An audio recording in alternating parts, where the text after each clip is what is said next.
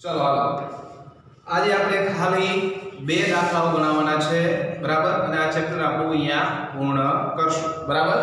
તો સ્વાધ્યાય 14.3 નો બીજા નંબરનો દાખલો છે કે જો નીચે આપેલ આવૃત્તિ વિતરણનો મધ્યસ્થ 28.5 હોય જો નીચે આપેલ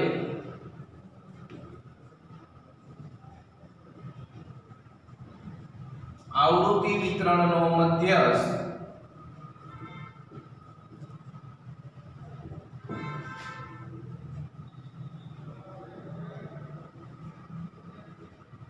28.5 હોય तो x અને y ના મૂલ્યો શોધો। તો x અને y ના मूल्यों शोधो। आओ एक दाखलो આપણે આગળ ગણી ગયા છે બરાબર, પણ આ દાખલો પૂછાવાની વધારે શક્યતાઓ હોય છે એટલા માટે આ તમને હોમવર્કમાં આપ્યો નથી બરાબર। તો આ આપણને વર્ગ અને એની આવૃત્તિ આપી છે 0 થી 10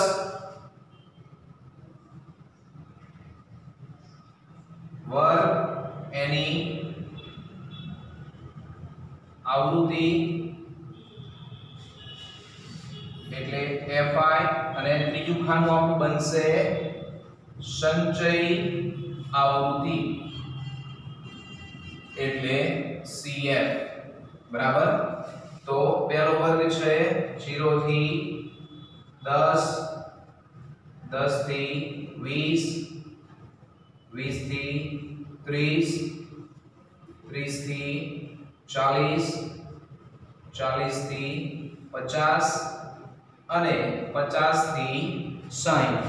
હવે એની સામે આપણને એની આવૃત્તિ આપી છે 5 x 20 15 y 5 x 20 15 y અને 5 બરાબર। હવે આપણને એવું કીધું છે કે x અને y ની કિંમત આપણે મેળવવાની છે। તો અહીંયા આપણને કુલ આવૃત્તિઓ હવે જુઓ કોષ્ટકમાં તમને અહીંયા આનો સરવાળો 60 આપેલો છે। આનો સરવાળો કેટલો આપ્યો છે 60 બરાબર। અહીંયા રકમમાં કઈ આપ્યું નથી પણ અહીંયા કોષ્ટકમાં એનો સરવાળો કેટલો આપ્યો છે 60 બરાબર। હવે આપણે એની સંચય આવૃત્તિ મેળવી લઈએ તો 5 ની સામે એની સંચય આવૃત્તિ કેટલી થાય 5 પછી x + 5 x + 25 5 ને 20 25 હવે પાછું 25 + 15 એટલે 25 ને 15 કેટલા થશે 40 પછી x + y + 40 અને લાસ્ટમાં x + y + 45। તો આ બધાનો સરવાળો કેટલો થાય તો કે x + y + 45। તો 60 બરાબર આપણે આવું લખાય x + y + 45 બરાબર। હવે આપણે અહીંયા મધ્યસ્થ આપી દીધો છે 28.5 બરાબર। તો આપણો મધ્યસ્થ વર્ગ કયો થાય તો કે 28.5 જે છે એ 20 અને 30 ની વચ્ચે આવતી સંખ્યા છે। તો આપણો મધ્યસ્થ વર્ગ કયો બને 20 થી 30 નો આ શું બનશે આપણો મધ્યસ્થ વર્ગ બરાબર। હવે આપણે બધી કિંમતો મેળવવાની છે તો મધ્યસ્થ વર્ગની જે આવૃત્તિ હોય એને આપણે f કહીએ। મધ્યસ્થ વર્ગના ઉપરના વર્ગની જે આવૃત્તિ છે આપણે એને cf કહીએ। પછી મધ્યસ્થ વર્ગની જે અધર સીમા છે એને આપણે સ્મોલ l વડે દર્શાવીએ છીએ। શેના વડે સ્મોલ l વડે। એટલે આ બધી કિંમતો આપણને મળી ગઈ l બરાબર 20 f બરાબર પણ 20 અને cf બરાબર x વત્તા 5। તો અહીંયા પહેલા સૌથી પહેલા આપણે કિંમત લખીએ કે અહીં मध्यस्थ m बराबर 28.5 જે 20 થી 30 ના વર્ગમાં આવે છે બરાબર। તો આથી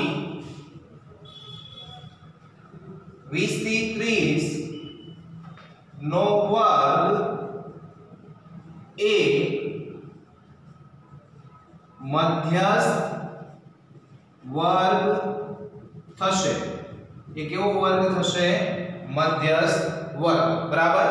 હવે માટે અહીંયા કિંમતો લખીએ। L બરાબર કેટલા થાય? 20। પછી F બરાબર કે એ પણ 20 અને CF બરાબર તો કે h + 5 અને h એટલે કે વર્ગ લંબાઈ કેટલી આપી છે? 0 થી 10 10 થી 20 એટલે h બરાબર આપણને આપ્યા છે 10।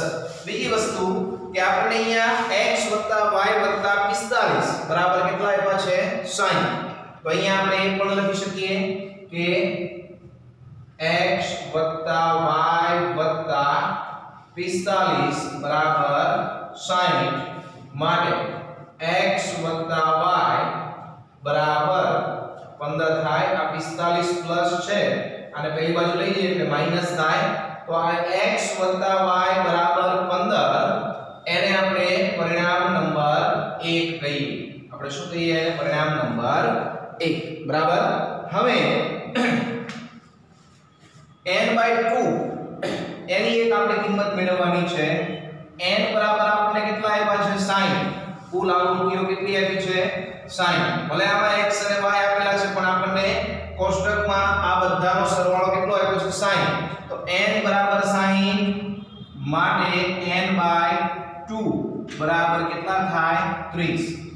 n/2 બરાબર કેટલા મળશે આપણને? 30 મળશે બરાબર।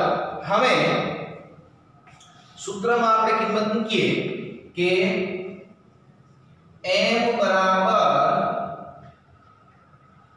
L plus n/2 minus CF છેદમાં F ગુણ્યા H।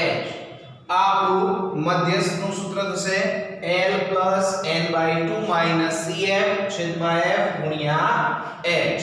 હવે m આપણને આપેલા છે 28.5 બરાબર L કેટલા છે? 20 વત્તા n/2 કેટલા? 30 માઈનસ CF કેટલા છે? તો કે x + 5।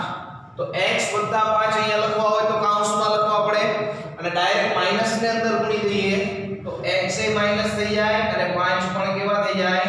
માઈનસ છેદમાં f કેટલા છે? 20 ગુણ્યા h કેટલા? 10 બરાબર। હવે આ 20 ને આપણે આ સાઈડ લઈ જઈએ ડાબી સાઈડ એટલે 28.5 માઈનસ 20 એટલે કેટલા મળશે? 8.5 બરાબર 30 માઈનસ 5 એટલે 25 માઈનસ x। આ મીંડું કેન્સલ થઈ ગયું છેદમાં કેટલા મળે? 2 કારણ કે અહીંયા 20 હતા તો 10 નું મીંડું કેન્સલ થઈ ગયું છેદમાં 2। હવે આ 2 આ બાજુ આવશે એટલે ગુણાકાર થઈ જશે એટલે 8.5 ગુણ્યા 2 એટલે કેટલા મળશે? 17 બરાબર 8 * 16 એટલે 0.5 ગુણ્યા 2 એટલે 1 બરાબર એટલે 16 ને 1 17 બરાબર 25 માઈનસ x। હવે આ માઈનસ x ને આ બાજુ લાવો એટલે પ્લસ x થઈ ગયા। આ પ્લસ 17 ને પેલી બાજુ લઈ જાવ એટલે માઈનસ 17 તો x બરાબર 25 માઈનસ 17 તો x બરાબર કેટલા મળશે? 8। x બરાબર આપણને કેટલા મળશે? 8। હવે x બરાબર 8 મળ્યા તો આ x બરાબર 8 ની કિંમત આપણે પરિણામ નંબર 1 માં મૂકીએ તો અહીંયા લખીએ કે x બરાબર 8 પરિણામ 1 માં મૂકતા x બરાબર 8 પરિણામ 1 માં મૂકતા પરિણામ 1 કયું છે? x plus y બરાબર 15 તો અહીંયા 8 વત્તા y બરાબર 15 માટે y બરાબર કેટલા મળશે? મળશે 15 માઈનસ 8 y બરાબર કેટલા મળશે 7 તો આ x અને y ની કિંમત અનુક્રમે 8 અને 7 મળે છે हम લખી દઈએ આ x અને y ની કિંમત અનુક્રમે 8 અને 7 મળે છે x અને y ની કિંમત 8 અને 7 મળે છે બરાબર ચલો હવે એક છેલ્લો દાખલો આપણે ગણી લઈએ ચોથા નંબરનો બરાબર પછી આપણે આ ચેપ્ટરને પૂર્ણ કરીશું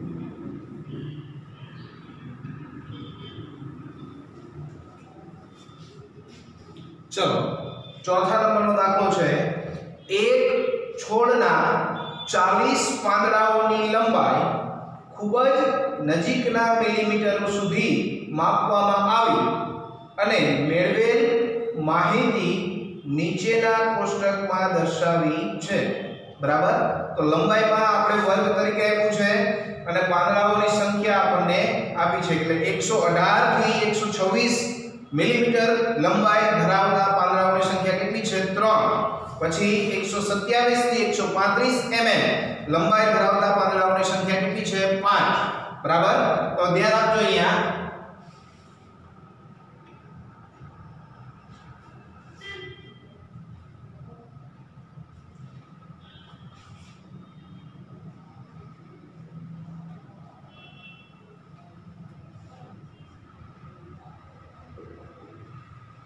લંબાઈ અને કાઉન્સમાં લખું છું હું વર્ગ બરાબર અને અહીંયા પાંદડાઓની સંખ્યા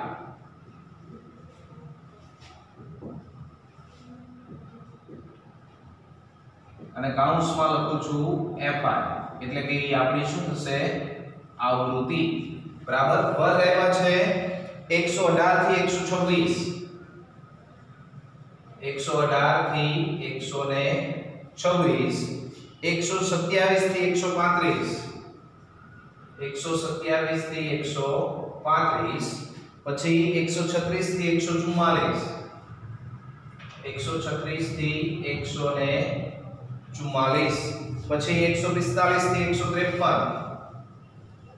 145 થી 153 પછી 154 થી 162 154 થી 162 163 થી 171 163 થી 171 અને લાસ્ટમાં છે 172 થી 180 172 થી 180 બરાબર હવે ખાસ અહીંયા વર્ગ જુઓ તમે 118 થી 126 પછી અહીંયા 127 થી 135 એટલે આપણને અહીંયા વર્ગો સતત આપેલા નથી આપણને વર્ગો સતત આપેલા નથી તો આપણે શું કરવું પડે તો આ વર્ગોને આપણે સતત બનાવવા પડશે તો આ વર્ગોને સતત બનાવવા માટે આપણે શું કરવાનું તો કે અધર સીમામાં 0.5 બાદ કરવાના અને ઉધ્વ સીમામાં 0.5 ઉમેરવાના તો નવા વર્ગો જે છે એને આપણે અહીંયા લખીએ અને આવૃત્તિ એના પછી લખીશું ધ્યાન આપજો બરાબર તો અહીંયા આપણે લખીશું કે 118 માંથી 0.5 આપણે બાદ કરીએ એટલે 117.5 અને 126 માં આપણે 0.5 ઉમેરીએ એટલે 126.5. હવે અહીંયા લખીએ વર્ગ અંતરાલ. શું લખીએ? વર્ગ અંતરાલ. અથવા તો એનો એ જ મુદ્દો લખ્યો હોય વર્ગ તો પણ ચાલશે. બરાબર. તમારે આ વસ્તુ પછી પરીક્ષામાં લખવાની જરૂર રહે નહીં. બરાબર. આ તો અહીંયા આપણને રકમ લખવી છે એટલા માટે મેં અહીંયા દર્શાવ્યું છે. બરાબર. હવે પછી બીજો વર્ગ શું થાય? તો કે આમાંથી 0.5 બાદ કરો એટલે શું થાય? 126.5 અને આમાં 0.5 ઉમેરો એટલે 135.5. અહીંયા 135.5, અહીંયા 144.5, અહીંયા આગળ 144.5, પછી 153.5, 153.5 થી 162.5, 162.5 થી 171.5, 171.5 થી 180.5. આ આપણા નવા વર્ગ બને અને આ વર્ગ કેવા હોય? સતત વર્ગો હોય. બરાબર. હવે પછી અહીંયા પાંદડાઓની સંખ્યા એટલે કે એને આપણે આવૃત્તિ લખી દઈએ. બરાબર. તો એની આવૃત્તિ આપણને કેટલી આવી છે કે 3 5 9 12 5 4 2 3 5 9 12 5 4 2. બરાબર. અને એ કુલ આવૃત્તિ આપણને કેટલી આવી છે? આનો સરવાળો એટલે કે n બરાબર 40 આપ્યા છે કારણ કે 40 પાંદડાઓ આપણને કીધા છે. બરાબર. હવે આપણે આની સંચય આવૃત્તિ મેળવવાની છે. શું મેળવવાનું છે? સંચય આવૃત્તિ એટલે કે CF. બરાબર. તો 3 ની સામે પ્રથમ વર્ગની સંચય આવૃત્તિ એટલે કે પ્રથમ વર્ગની આવૃત્તિ, પછી બીજામાં 3 ને 5 8, ત્રીજામાં 8 ને 9 17, 17 ને 12 29, 29 ને 5 34, 34 ને 4 38, 38 ને 2 40. બરાબર. સમજાય આટલી વસ્તુ? હવે જો આમાં મધ્યસ્થ આપ્યો નથી, આપણે મધ્યસ્થ મેળવવાનો છે તો આપણે મધ્યસ્થ વર્ગ શોધવો પડે. તો મધ્યસ્થ વર્ગ આપણને કેવી રીતે મળે? તો કે n/2 કરતા તરત જ મોટી જે સંચય આવૃત્તિ હોય એની સામેનો જે વર્ગ હોય એ આપણો મધ્યસ્થ વર્ગ થાય. બરાબર. તો એની સામેનો વર્ગ કયો થાય છે? સૌથી પહેલા તો અહીંયા લખીએ કે અહીં n/2, અહીં n/2 એટલે કે 40/2 કેટલા મળે છે? 20 કરતા તરત જ મોટી સંચય આવૃત્તિ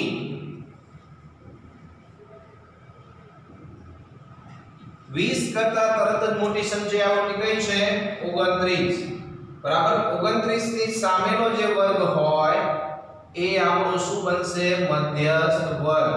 એટલે 29 ની સામેનો જે વર્ગ છે એ કયો છે? તો કે 144.5 થી 153.5. સંચય આવૃત્તિ 29 છે જે 144.5 થી 153.5 ના વર્ગમાં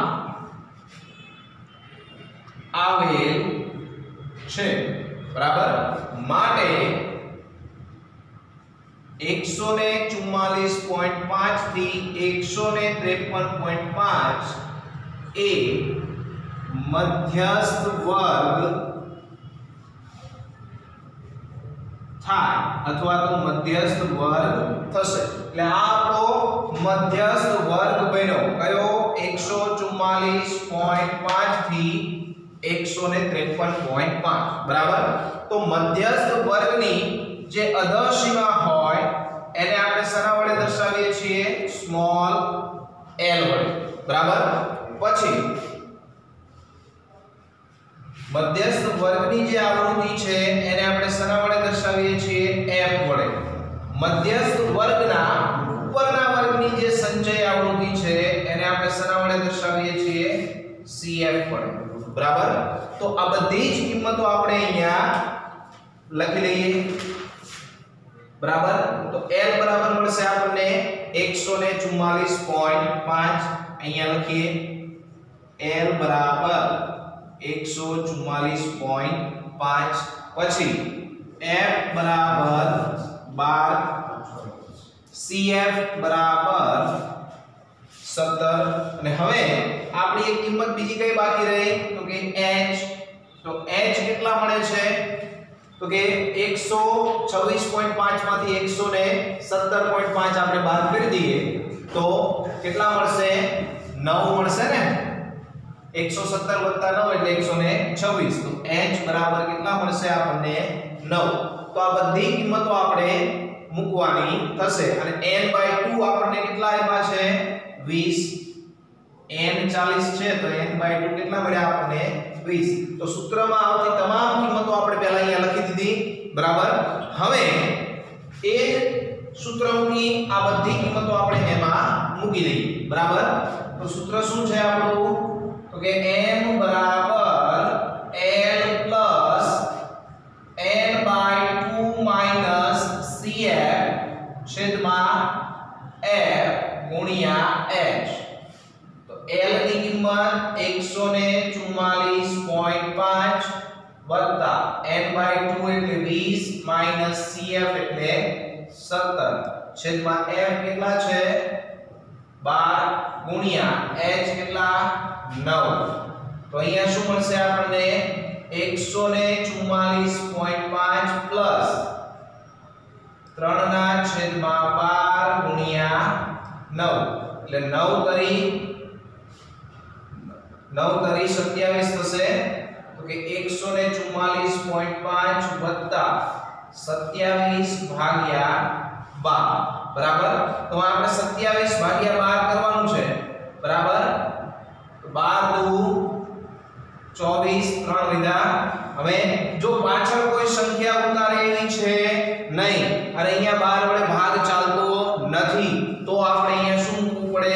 પોઈન્ટ, બરાબર। અને જો અહીંયા પાછળ કોઈ સંખ્યા હોય, પેલો ભાગાકાર સમજાય તો એવી રીતે 1 અને અહીંયા માની લો કે 1 જ વધતા હોય તો 11 વધે કે નહીં, બરાબર। 11 થયા। અહીંયા ઉતરે એવી સંખ્યા છે એ ઉતારી છતાંય ભાગ નથી ચાલતો તો પોઈન્ટ ન આવે તો ત્યાં આવે 0 અને પછી પોઈન્ટ આવે, સમજાય? પછી ત્રીજી શૂન્ય આપણે અહીંયા મૂકી શકીએ પણ આમાં એવું બનતું નથી એટલે અહીંયા 2 પોઈન્ટ, બરાબર। અને અહીંયા એક શૂન્ય ઉતાર્યું તો 12 દુ 24, 6 વધ્યા, પાછું એક શૂન્ય ઉતાર્યું 12 × 60 0 0 એટલે કેટલા મળે છે આપણને? 2.25। ભાગાકાર આપણને કેટલો મળ્યો? 2.25, બરાબર। ખાસ એ ધ્યાન રાખવાનું ભાગાકારમાં આપણી કોઈ ભૂલ ન થાય। 144.5 પ્લસ 2.25 તો માટે m બરાબર આપણને કેટલા મળશે? 146.75। અહીંયા સરવાળો આવી રીતે થશે 144.5 વત્તા 2.25 એટલે આ 5 છે તો એને 50 લખી શકાય। તો અહીંયા 5 5 ને 2 7 પોઈન્ટ ના પોઈન્ટ 4 ને 2 6 4 ને 1 સરવાળો બાદબાકી હોય પોઈન્ટ વાળી સંખ્યાના તો ખાસ ધ્યાન રાખવાનું પોઈન્ટની નીચે પોઈન્ટ આવે એવી રીતે આપણે ગોઠવણ કરવાનું, બરાબર। તો આપણો જવાબ કેટલો મળે છે? 146.75। આ શું થયો? આપણી માહિતીનો મધ્યસ્થ, બરાબર છે। ચલો